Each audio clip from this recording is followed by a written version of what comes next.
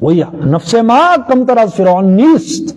اب یہ جو فرعون ہے یہ میں نے پہلے بھی کہا تھا یہ علامت بن چکی ہے. شاعری میں علامہ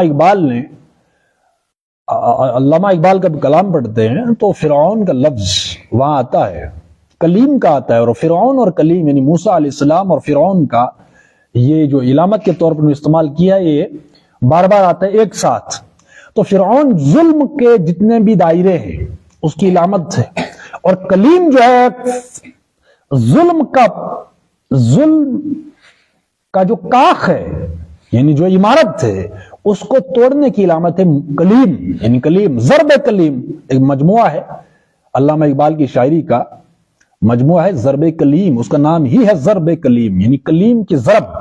تو حضرت موسیٰ علیہ السلام حق کی آواز، حق کی علامت کہ موسیٰ علیہ السلام کی طرح جس طرح موسیٰ علیہ السلام نے فرعون کا زور توڑا تھا، ہر مسلمان، ہر مومن، ہر انسان ایسا ہی ہونا چاہیے موسیٰ علیہ السلام کی طرح کہ وہ ہر ظلم کی عمارت کو موسیٰ علیہ السلام کی طرح ایسی ضرب لگائے کہ وہ پاش پاش ہو جائے، وہ عمارت ٹوٹ پھوٹ جائے.